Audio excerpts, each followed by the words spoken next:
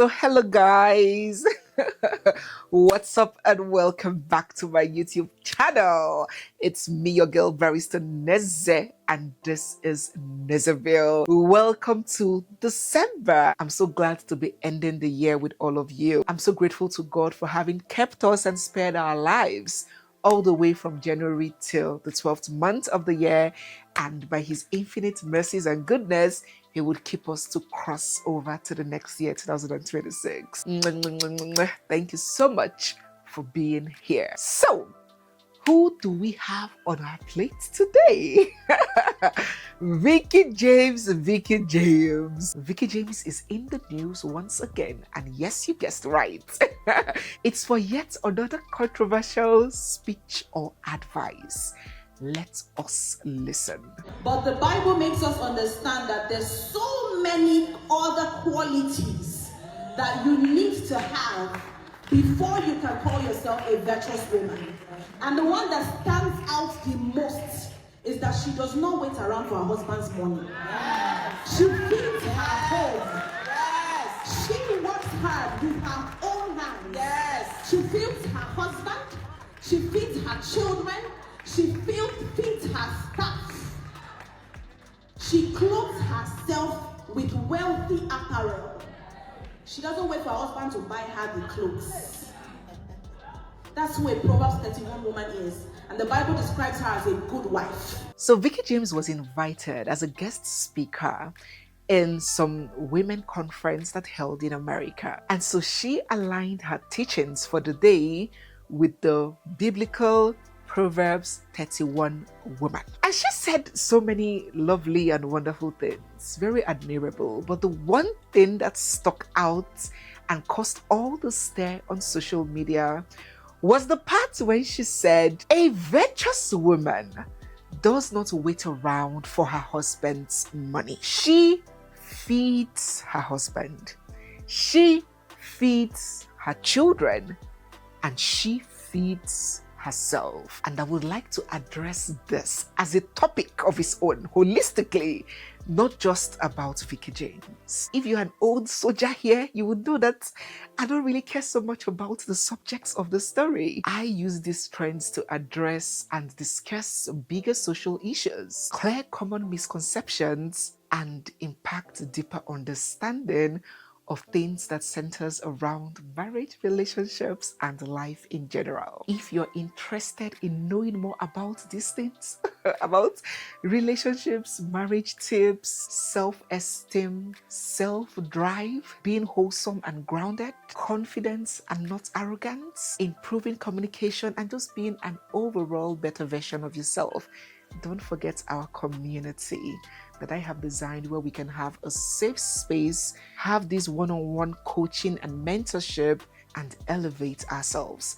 I'm going to leave the link down in the description box, and also you can scan this code with the camera on your phone. I believe that I am in such great position to discuss this topic because I am an ideal representation of the two divides that have stemmed out, that have become the source of argument on this Vicky James's speech. I am on the one hand pro, yes woman, do your thing, make your money, and on the other hand, a deeply family woman, a home woman who has experienced and understand the core duties of a traditional female role. So I will be able to give you a balanced perspective. So let us enter this gist. Today we're gonna gist though. If you do not like gisting, please, this channel is not for you. Go to CNN. Here we communicate, we impact lessons, life lessons through storytelling. And sometimes I bring in my own personal experiences. All right? So enjoy this gist. Just see it as December gist.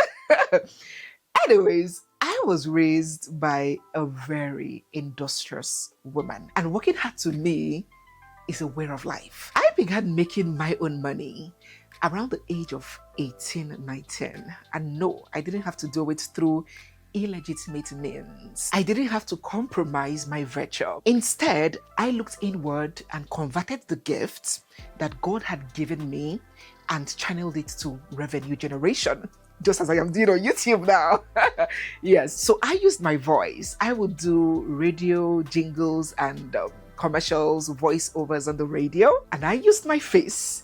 And I got plenty of brand ambassadorial deals on television, magazines, calendars, billboard. At some point, I was the face of Airtel. I've been the face of Glow, the face of Scanfrost, Electronics, FIRS, that's Federal Inland Revenue Services. So many of them.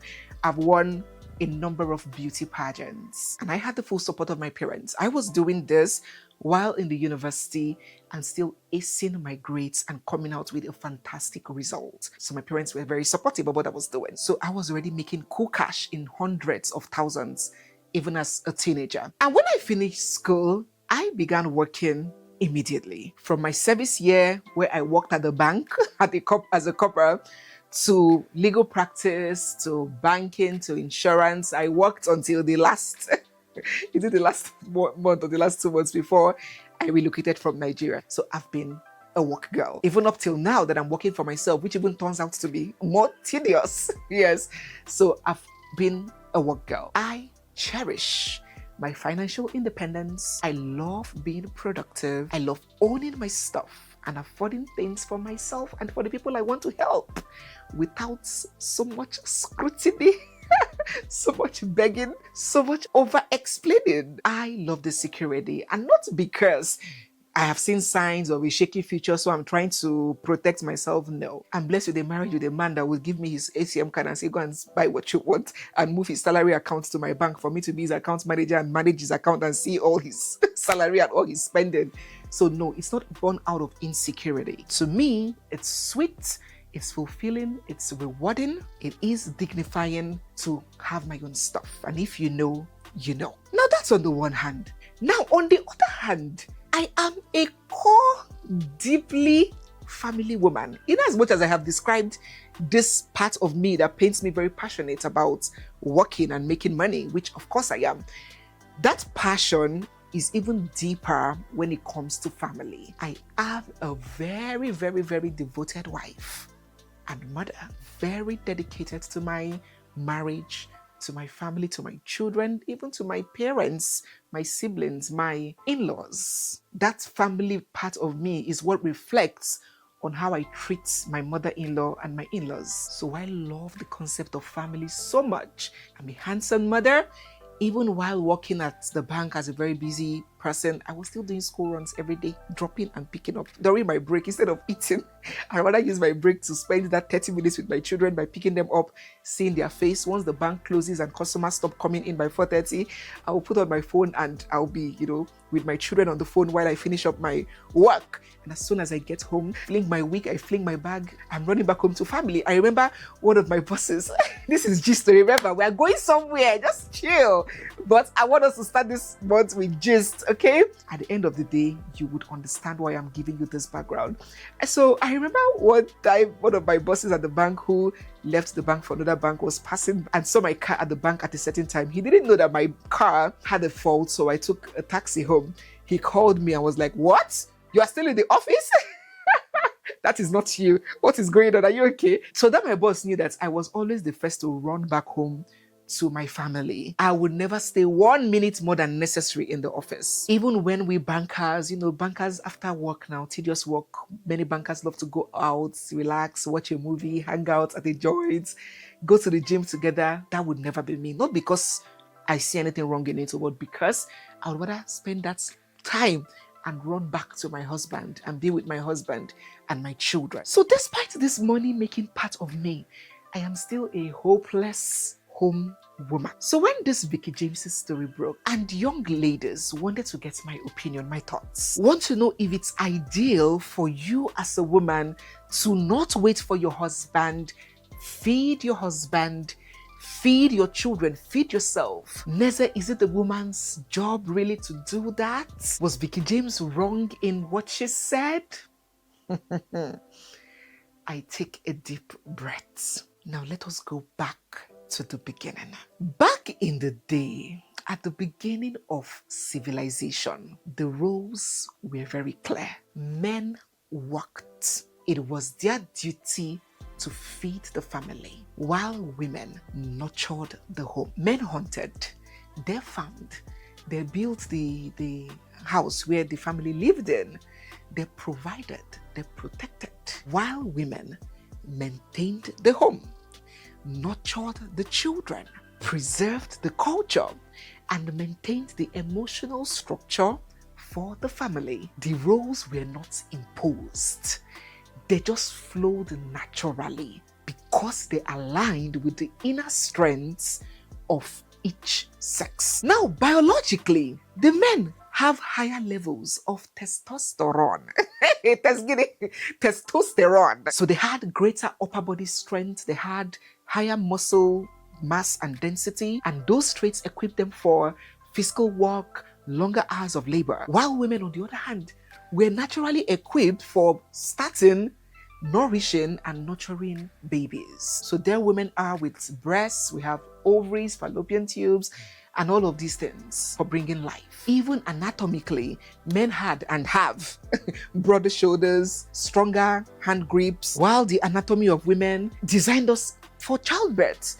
Wider hips, our pelvic structure, everything aligning with reproducing and caregiving. Let us not even talk about the dominant hormone in men that is responsible for risk-taking, pursuit behavior, reduced emotional sensitivity, while the estrogen, which is dominant in women, heightens emotional awareness, strengthens intuition, is responsible for more empathy, patience, caregiving. So it wasn't a surprise that for we Christians, when they say that the serpent came to tempt Adam and Eve and Adam was not home, no be say he go be a palo, no be say he go club. He had gone to work and the wife was at home taking care of the family. That was the design. So it will not be wrong to say that men were built to face the external world, while women were built to sustain the internal world. And it worked just fine then. But now the world has changed, and several factors have forced some paradigm shifts to happen inevitably. Economic pressure, for starters, have forced certain role adjustments and realignments to sustain the family in many households and many countries. Single income is no longer sustainable. It's no longer realistic. So more and more women are now dabbling into that initial field of men that I have described was the original design. On the other hand, too, men are now also being pulled into the emotional space, into the nurturing space. And men are now being urged to put eyes in the family too, to be present dads, to meet and satisfy the emotional needs of their wives, to participate in home building. So it is swinging both ways. Besides, unlike the working realities back then that was primarily strength-based, brains and soft skills, no longer muscle mass, is what is driving competence. Now, giving women more opportunities now that they may not have had when it was purely strength-based. So the structure has changed. But despite the structure has changed, the design has not changed. The demands and expectations may have changed, but the design that make men more of providers, that have the men designed to be more physical, to be the gender that should work and feed, while the woman being the nurturer, that's human design, biologically, anatomically, emotionally, has not changed. So the both genders dabbling into each other's fields, dabbling, I didn't say completely taking over, I said dabbling into each other's fields has become common, but the core instincts have remained the same. So where these core instincts are reversed completely and long term, we would find that the system becomes strained. Not because any one of them is completely incapable, but because these new reversed roles now run against that deeper wiring, that evolution, that biology, that hormonal architecture has shaped us for thousands and thousands of years. So when I hear Vicky James say that women should not wait for their husbands to bring food to the table to feed the family, but that they should feed them instead, she may have her own justified understanding, but I worry about the understanding that many others may derive from that statement. I understand that this is a reality that is faced in many homes. But what I would struggle to understand is if that is a projection that should be preached or encouraged, if that should be a concept to be normalized. So this statement may be pregnant with several meanings. So I would like to clarify. If this means there is nothing wrong in having your own money, being supportive of the family, being supportive of your husband, contributing in the home, or does it mean relieving him of those innate instincts to provide, to be the one who has the core responsibility of provision while you take up his role? This subject might seem like a small thing, but I know why I chose to address it, because it has become a plague in many homes and in many marriages. So in the next video, I will go deeper and I will be giving my opinions, my advice. I will be exposing some dangers, some likely outcome, and what you should do instead as a man or as a woman. For now, let us drop our thoughts and react on what Vicky James has said and what you think about not waiting, not minding your husband to bring food. Bringing food is just a metaphor for being the one to provide for the family. Don't wait to eat yourself. Take up on that role. Let us get your thoughts and what you think down in the comment section. Not just because of Vicky James, but generally speaking on this critical marriage subject. Let's have this conversation. So guys, yes, we have come to the end of today's video. If you're new here, you're seeing my face for the first time, or if you've been watching without subscribing, don't forget to hit the subscribe button, give this video a big thumbs up, drop all your thoughts down in the comment section, and stay glued for we have so much more coming your way.